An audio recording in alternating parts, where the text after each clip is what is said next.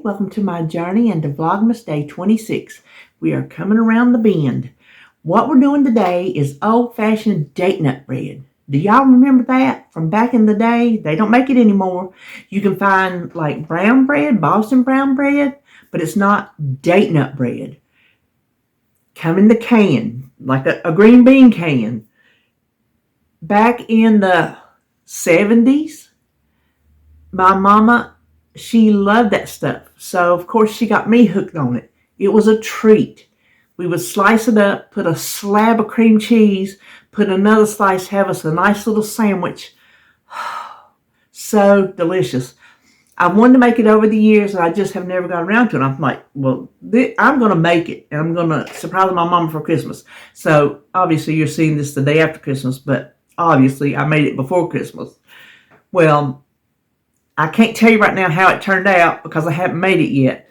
But you'll hear at the end of the video. I'll let you know. But I'm excited to make it. I'm wanting some nostalgia. I know it's going to come flooding back. It's sure not going to be the same, but hopefully it'll be close enough to give us that feeling, you know? So I'm excited to make it. All right, well, let's turn around and make some old-fashioned date nut bread. The first thing I want to do is cut up my dates. I need 2 cups of chopped dates. And this is what I'm using, these pitted dates. You can read that word. I'm assuming they're okay. I'm not very familiar with dates. But I'm going to, you can see where they're split, where they took the pit out. I'm just going to split it all the way through. And they're sticky, so, and I'm just going to chop them like that.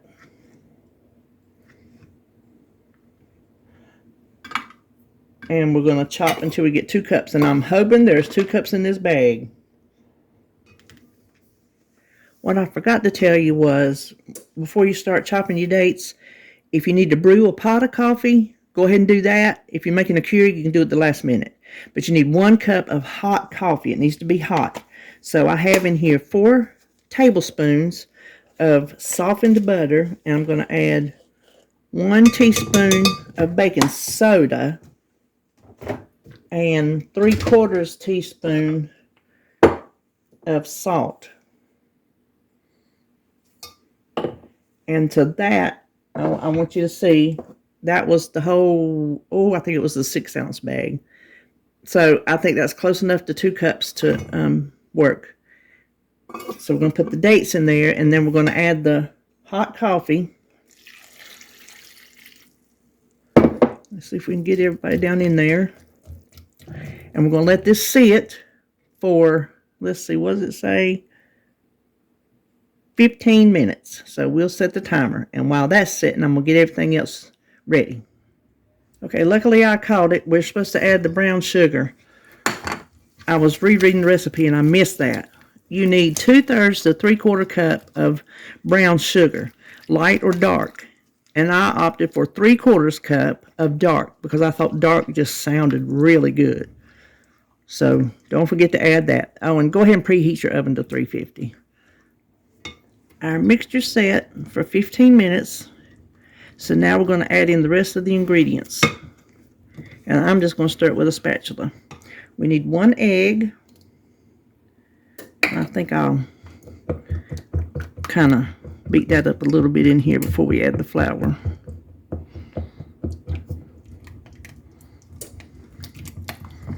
We need a teaspoon of vanilla. I'm just eyeballing.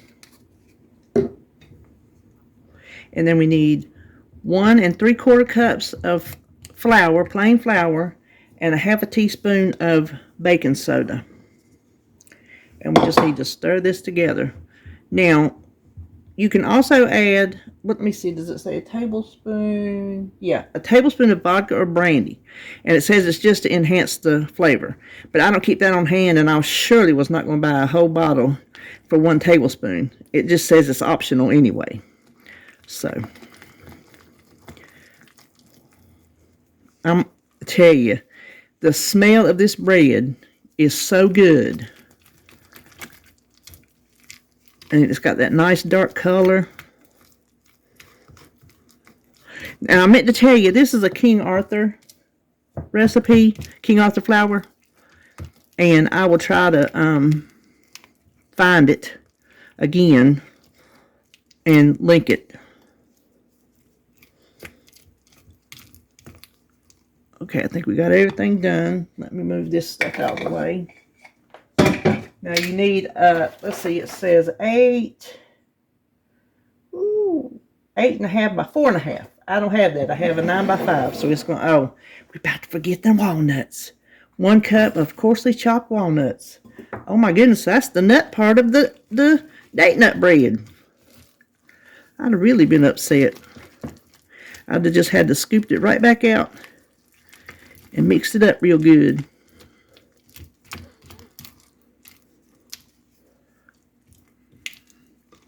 I don't know, that seems more nutty than I remember.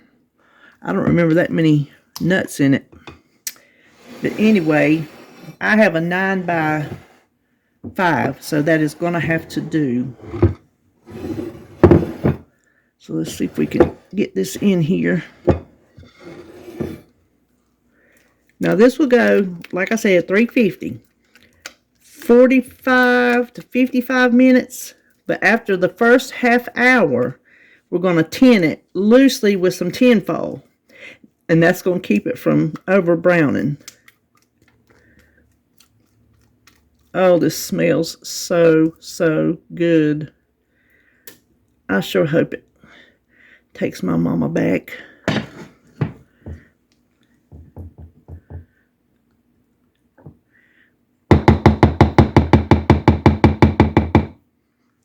Now let's just give this a couple of taps.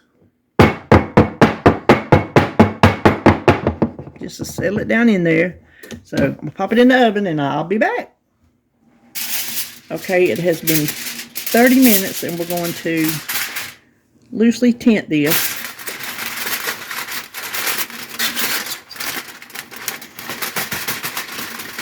And get it to stay on.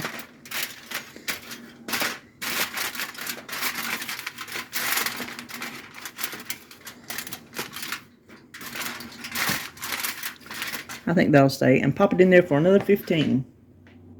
Mine went 70 minutes. You need to have a toothpick come clean in the middle. And it took 70 minutes. I started with 45, added 10, then I added 15, and it got done. Which is good because it's starting to get dark around the edges. But I don't feel like this is going to be as dense as it is out of the can. But as the taste is there and the nostalgia is there, I'll be good with it. Now we need to let it sit in the pan for 10 minutes and then we'll turn it out onto a rack. Okay, I'm going to run this knife around just to make sure. It's been 10 minutes.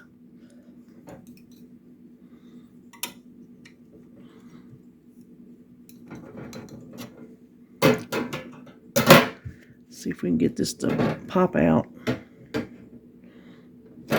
Oh, there it went. Let's turn it over. It feels heavy, very heavy. I'm thinking it's not going to be the same texture, but it's very heavy. So when it cools, maybe it's going to get really dense, which is what I hope happens. So we're going to have to let this sit here and cool completely. And when that happens, I'm going to slice a piece off and taste it. Okay, I believe it's cooled off enough. We're going to cut this and see. Now, growing up, we always used the block of cream cheese and put a whopping slab of it in there. But I have the spreadable kind, so that's what we're going to use. Let's see how this slices up. I'm going to get this end piece, which is going to be a little more done.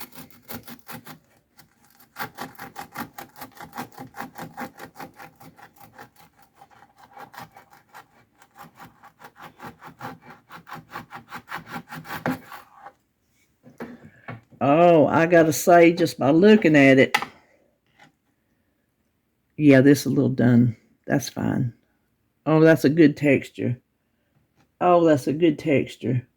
Let me cut another piece that ain't hard on the outside.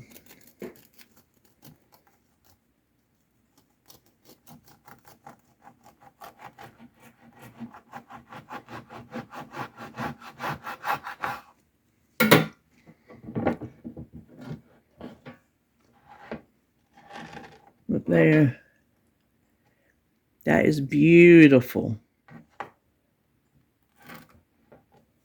Now, it's a little, it's dense, but it's not as dense because you could slice that other and it was hard. It would stay together. You could see that's wanting to come apart like a bread. But I'm going to taste it with cream cheese on it.